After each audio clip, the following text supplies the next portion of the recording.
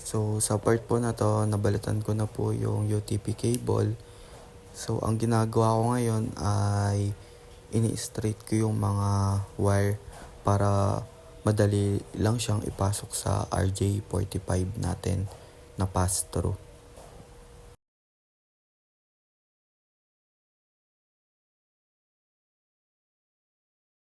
Dito natapos ko na yung isa, so sa kabila naman tayo. Ganun lang din ulit, i-straighten ko lang yung mga wire para madaling ipasok sa RJ45 natin.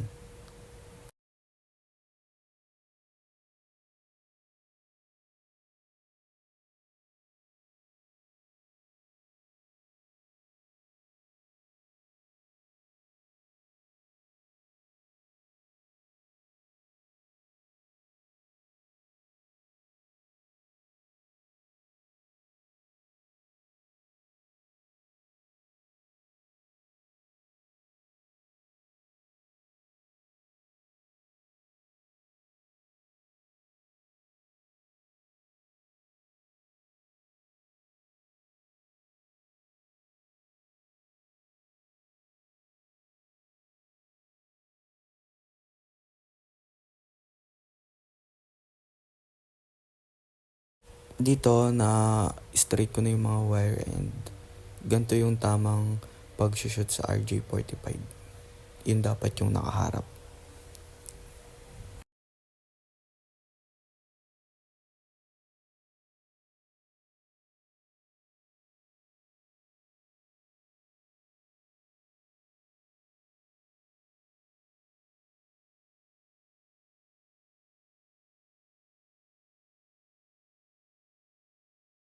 So, ayun, na-shoot ko na siya. So, ganito. Dapat yung ano ng UTP cable is nakasagad dun sa may RJ45. Yun yung turo sa amin ni sir. Yun yung turo mo sa akin, sir. So, ayun. After that, uh, mm, doon naman tayo sa kabila and inaano ko siya. Pinagkakamukha ko ng kulay kaya hindi ko muna siya pinutol para hindi ako malito.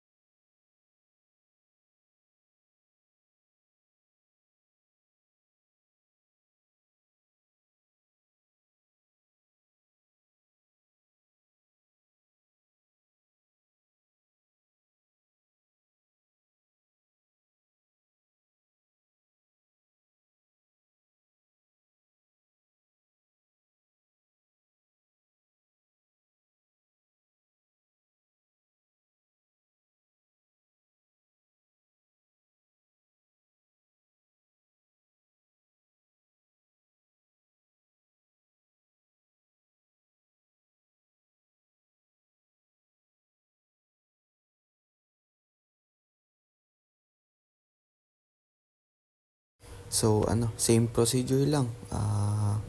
Pagkamukamukain ng work, kamukha sa kabilang dulo. And pag straight time para mas madaling ma-shoot sa RJ45. Dito is pinag-compare ko na kung same color lang sila. So, ayun, inisa-isa ko. After kong ma-confirm na goods na, so, shoot na ulit ng RJ45. Same procedure lang din.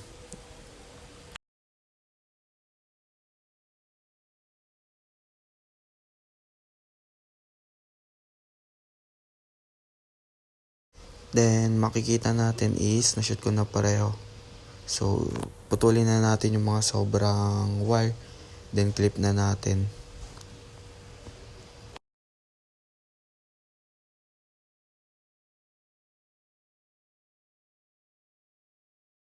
Dito is, double check ko lang. Sinasagad ko lang yung mga UTP cable sa RJ45.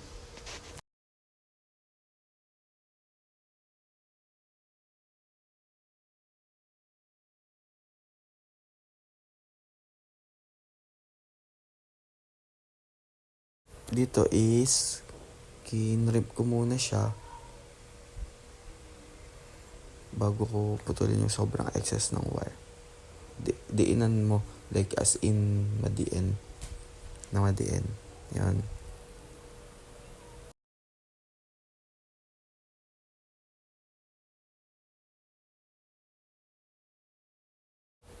After that, yung kabila naman, ganun lang din, diinan mo lang din. Sobra.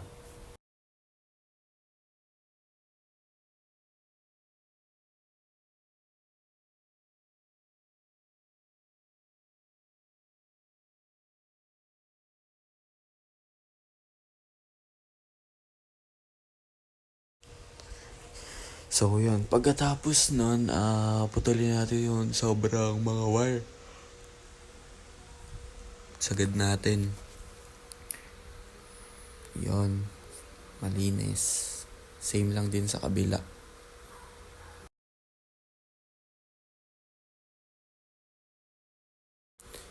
Then after maputol, proceed tayo sa pagtetest. So, pasak lang natin sa tester. Then on. Dapat dyan sabay-sabay hanggang 8. Yan. 1, 2, 3, 4, 5, 6, 7, 8. So, yun. Okay. Thank you, sir.